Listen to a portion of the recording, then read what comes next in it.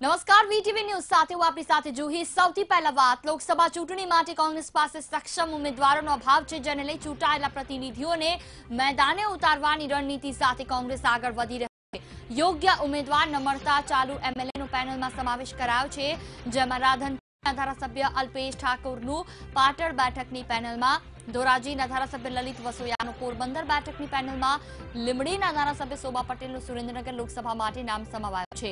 સુરેન્દ્રનગર વલસાડ બેઠક પર બે ધારાસભ્યોની દાવેદારી છે, જેમાં વલસાડ બેઠક માટે કપરાડાના એમએલએ જીતુ ચૌધરી અને વાંસદાના એમએલએ અનંત પટેલના નામનો સમાવેશ કરાયો છે। દસાડાના ધારાસભ્ય નૌશાદ સોલંકીની કચ્છ લોકસભા બેઠક માટે દાવેદારી છે, જ્યારે ગાંધીનગરના ઉત્તરના ધારાસભ્ય સીજે ચાવડાની ગાંધીનગર બેઠકની દાવેદારી છે। ઉલ્લેખનીય છે કે અગાઉ ધારાસભ્યોને ચૂંટણી ન લડાવવા આ નિર્ણય લેવાયો હતો। હવે કોંગ્રેસના ધારાસભ્યોને પણ પેનલમાં સમાવેશ કરાયો છે।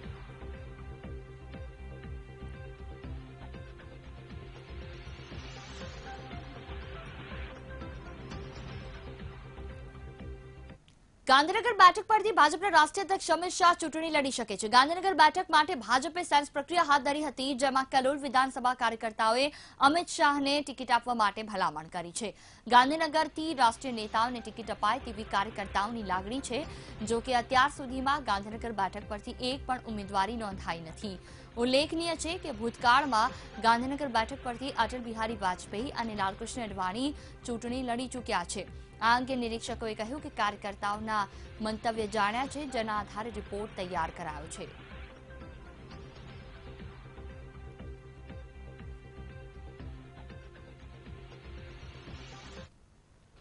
અત્યારે આ સીટ ગાંધીનગરની સીટ એ વર્ષોથી અમે જીતતા આવ્યા છે।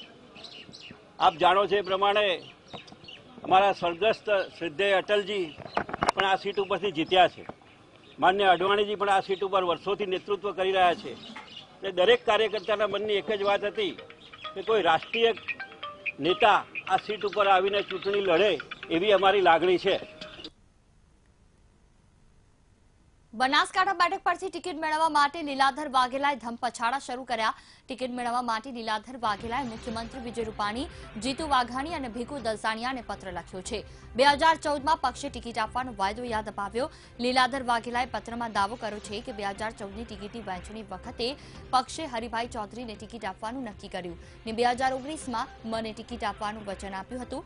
પત્રમાં તેમણે રજૂઆત કરી છે કે પક્ષ વચન પૂર્ણ કરે અને મને અથવા પુત્ર દિલીપને ટિકિટ આપે।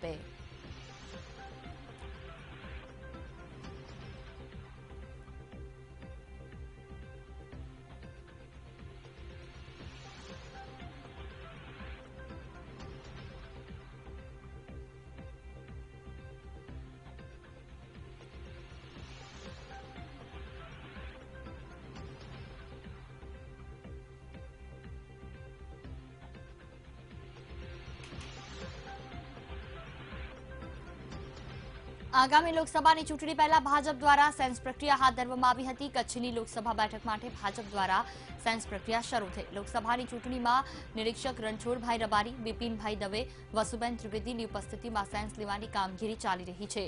કચ્છની લોકસભાની બેઠક પર ઉમેદવારી માટે વર્તમાન સાંસદ વિનોદ ચાવડાનું નામ ચર્ચામાં છે। ઉપરાંત રમેશ મહેશ્વરી, નરેશ મહેશ્વરી, શંભુનાથજી ટુંડિયા, રમણ વોરાએ પણ દાવેદારી નોંધાવી છે। હવે ભાજપ દ્વારા કોને ટિકિટ આપવામાં આવે તે આગામી દિવસોમાં જોવું રહ્યું।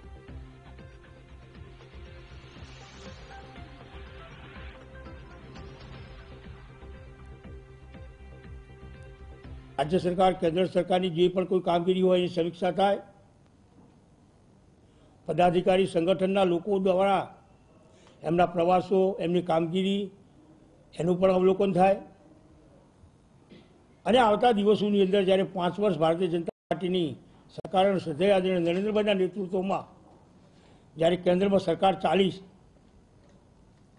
એ સરકારે કરેલી કામગીરીના ની સમીક્ષા પણ કાર્યકર્તાઓની વચ્ચે થાય। યાની કે કુલ મિલાકર 2019ની ફરીથી જ્યારે લોકસભાની ચૂંટણી આવી છે તો કચ્છ લોકસભા કેવી રીતે જીતી શકાય, વધુમાં વધુ મતોથી ફરીથી ભારતીય જનતા પાર્ટી કચ્છ ભાજપ દ્વારા એ વિજયી બને એના માટેના બધા જ કાર્યકર્તાની વચ્ચેની સમીક્ષા થતી હોય છે। ભાજપ દ્વારા 26 બેઠકના ઉમેદવાર માટેની સેન્સ પ્રક્રિયા પૂર્ણ થઈ છે। 26 બેઠકો પરથી દાવેદારો અને કાર્યકર્તાઓને સાંભળવામાં આવ્યા છે। નિરીક્ષકો સેન્સ પ્રક્રિયાનો રિપોર્ટ પ્રદેશ ચૂંટણી સમિતિને મોકલશે। આવતીકાલથી પ્રદેશ ચૂંટણી સમિતિની ત્રિદિવસીય બેઠક મળશે। નિરીક્ષકો દ્વારા અપાયેલા રિપોર્ટ પર ચર્ચા કરવામાં આવશે। કાર્યકર્તાઓ અને આગેવાનો દ્વારા સૂચવેલા નામ પર પણ ચર્ચા થશે।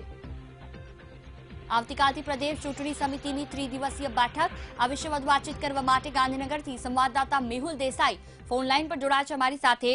મેહુલ, વાત કરવામાં આવે તો જે સેન્સ લેવાની પ્રક્રિયા હતી તે પૂર્ણ થઈ ગઈ છે અને આવતીકાલથી 3 દિવસ માટે તમામ સાંસદોની પસંદગી પર મહોર વાગશે। શું વિગતો?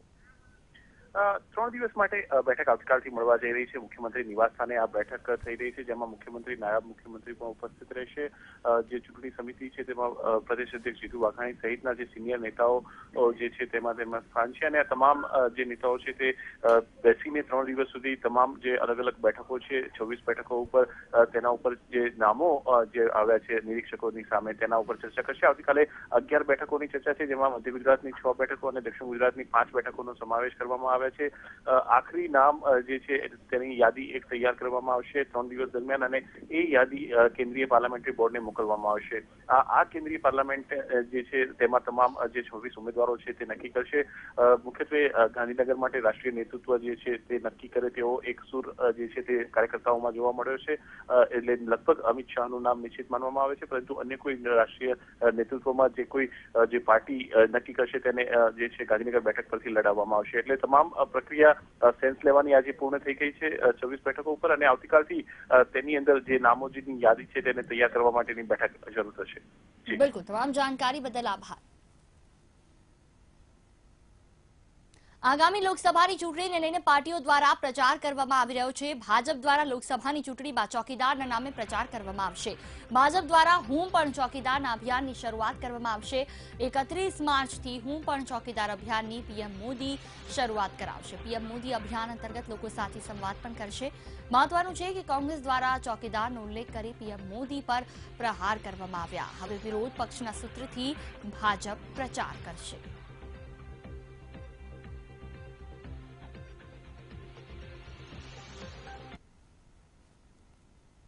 લોકસભાની ચૂંટણીની તારીખો જાહેર થઈ ગઈ છે। ચૂંટણી પંચ દ્વારા દેશમાં આચારસંહિતા લાગુ કરી દેવામાં આવી છે। પીએમ મોદીના વિડીયોને લઈને ચૂંટણી પંચમાં ફરિયાદ કરવામાં આવી। અમદાવાદના વ્યક્તિએ ચૂંટણી પંચની એપ્લિકેશન પર ફરિયાદ કરી છે। મળતી માહિતી અનુસાર આ ફરિયાદમાં પીએમએ કરેલા ટ્વીટ વિડીયોમાં આર્મી ડ્રેસ અને શસ્ત્રોનો ઉપયોગ કર્યો હોવાનો દાવો કરવામાં આવ્યો છે।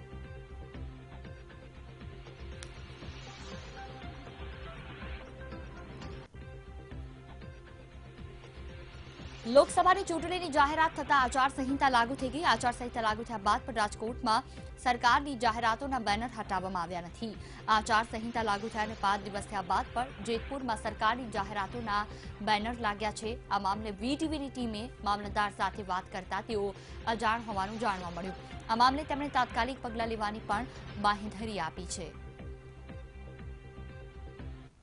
2019ની ચૂંટણી અન્વયે આપણે એમસીસી એટલે કે આદર્શ આચાર સંહિતા લાગુ પડી ગયેલ છે, જે અન્વયે અમારી એમસીસી ટીમ પણ સમગ્ર તાલુકામાં કાર્યરત છે અને આ ટીમ છે એ પોતાના ધ્યાનમાં આવતા તમામ પ્રકારના બોર્ડિંગ કે બેનરો છે એને હટાવવાની કામગીરી પણ સતત ચાલુ જ છે। આપના દ્વારા હાલ અમને રજૂઆત મળેલ છે કે અમુક જગ્યાએ હજુ પણ બોર્ડિંગ્સને જે આચારસંહિતાનો ભંગ હોય એ લગત રજૂઆત છે, તો મેં તાત્કાલિક જ એ બાબતે પગલાં લઈશું અને એમસીસી ટીમને ધ્યાન દોરી અને તાત્કાલિક એનું સોલ્યુશન કરાવીએ છીએ। ભાજપે દેશમાં मैं भी चौकीदार કેમ્પેઇન શરૂ કર્યું ત્યારે કોંગ્રેસના પ્રવક્તા જયરાજસિંહ પરમારે ભાજપ પર આકરા પ્રહાર કર્યા। मैं भी चौकीदार हूं કેમ્પેઇન અંતર્ગત આચારસંહિતાના ભંગનો આરોપ લગાવ્યો છે। આ મુદ્દે જયરાજસિંહે કહ્યું કે કોંગ્રેસ કાયદાકીય તપાસ કરી રહી છે અને આગામી સમયમાં ફરિયાદ પણ કરશે।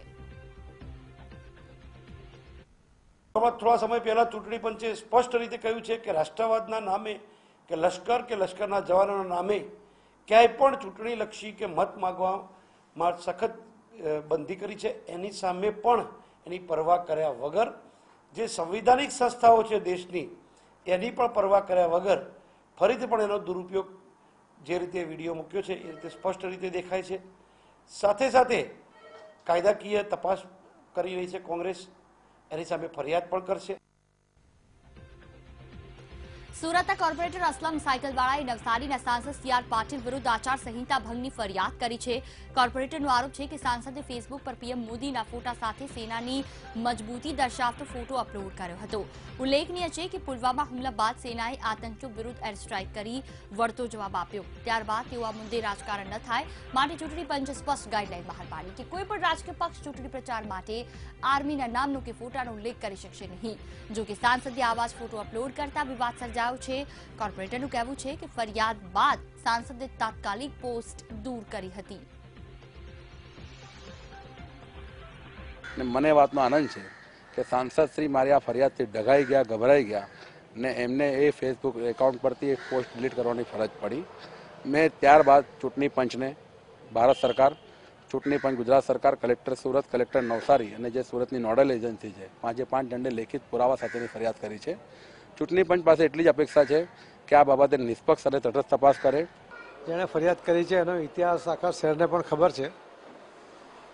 એનો ઈરાદો શું હોય છે ફરિયાદ કરવા પાછળનો અને કયા સંજોગોમાં એની ફરિયાદો પાછી ખેંચાતી હોય છે એ પણ બધાને ખબર છે.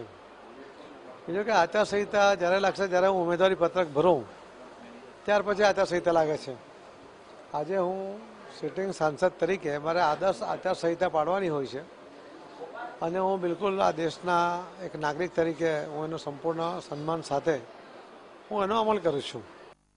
આગામી લોકસભાની ચૂંટણીની જાહેરાતો થતા સ્થાનિક નેતાઓ ટિકિટની માંગ કરી રહ્યા છે. દક્ષિણ ગુજરાતમાં કોળી સમાજના ઉમેદવારને ભાજપ પાસેથી ટિકિટની માંગ કરી ભાજપ તરફથી કોળી સમાજનો ઉમેદવાર ઉતારાય તેવા પ્રયાસ કરવામાં આવી રહ્યા છે.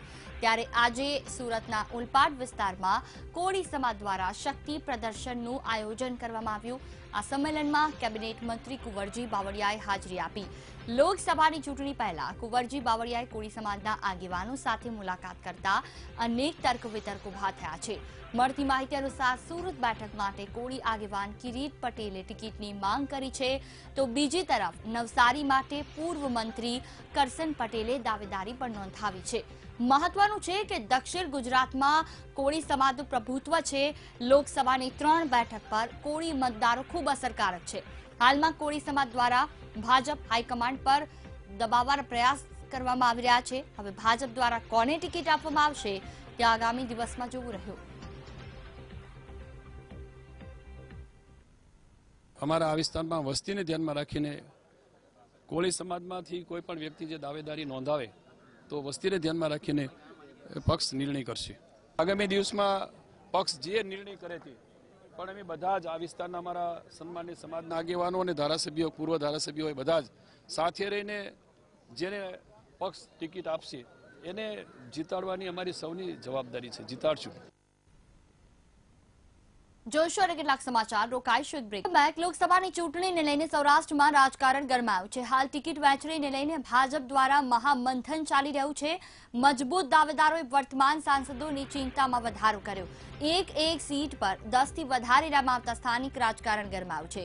સૌરાષ્ટ્રની 6 લોકસભા બેઠકો પરથી મજબૂત દાવેદારોએ ટિકિટની માંગ કરી છે.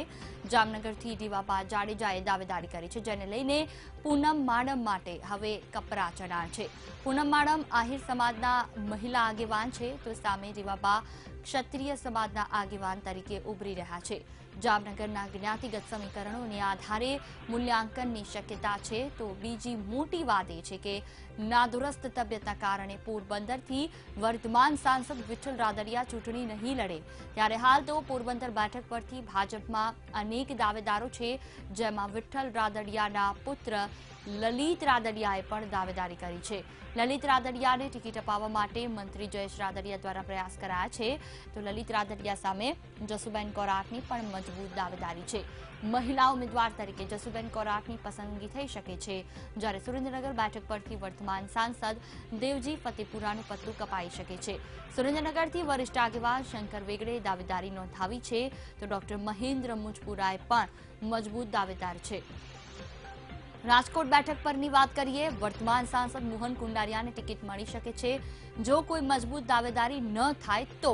પરંતુ બીજી બાજુ રાજકોટ બેઠક પરથી પીએમ મોદીના નામની ચર્ચા થતા ગરમાવો છે. રાજકોટથી જો પીએમ મોદી ચૂંટણી લડે તો કુંડારિયાની ટિકિટ કપાઈ શકે છે, જ્યારે અમરેલી બેઠક પરથી ભાજપ નવા ચહેરાને તક આપી શકે છે.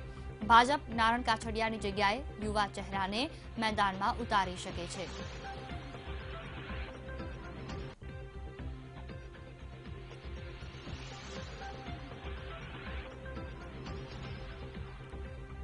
કોંગ્રેસે લોકસભાની ચૂંટણી માટે પસંદગી પ્રક્રિયા હાથ ધરી છે. સૌરાષ્ટ્ર પ્રભારી જીતેન્દ્ર બઘેલે કાર્યકર્તાઓને ટેલિફોનિક અભિપ્રાય લીધા. કાર્યકર્તાઓએ પરેશ ધાનાણી અને જેની ઠુમ્મરનું નામ સૂચવ્યું છે.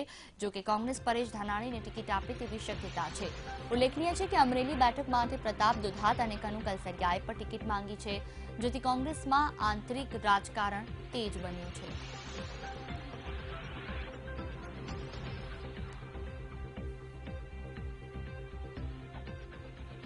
જોઈશું અને કેટલાક સમાચાર રોકાઈશું એક બ્રેક. જોઈએ અત્યાર સુધીના ખાસ સમાચારો સંક્ષિપ્તમાં. લોકસભાની ચૂંટણીને લઈને પ્રદેશ ભાજપની ચૂંટણી સમિતિની બેઠકનું આયોજન કરવામાં આવ્યું. બેઠક આવતીકાલથી મુખ્યમંત્રી વિજય રૂપાણીના નિવાસસ્થાને મળશે. બેઠકમાં આવતીકાલે મધ્ય અને દક્ષિણ ગુજરાતની 11 બેઠકો મુદ્દે કરાશે ચર્ચા.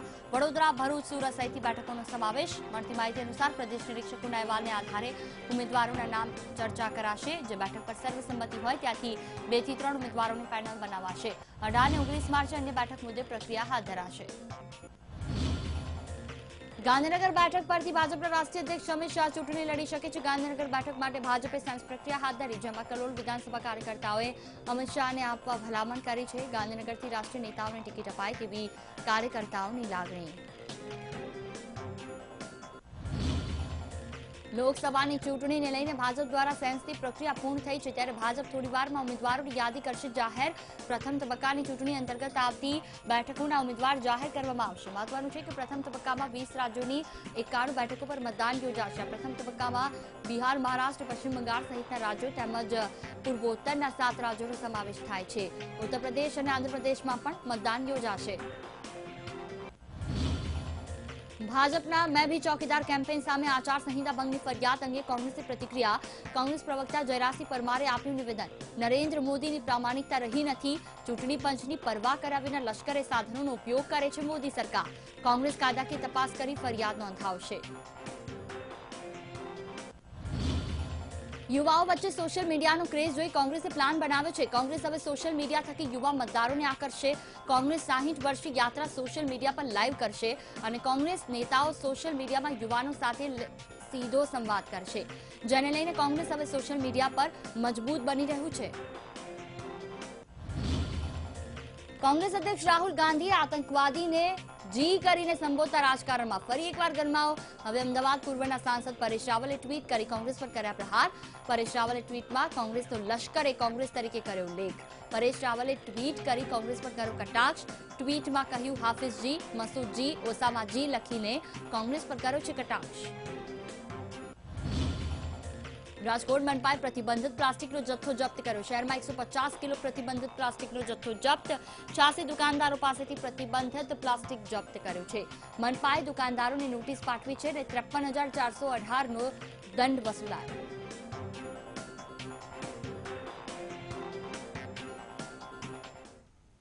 બુલેટિનમાં હાલ બસ આટલું જ. નમસ્કાર.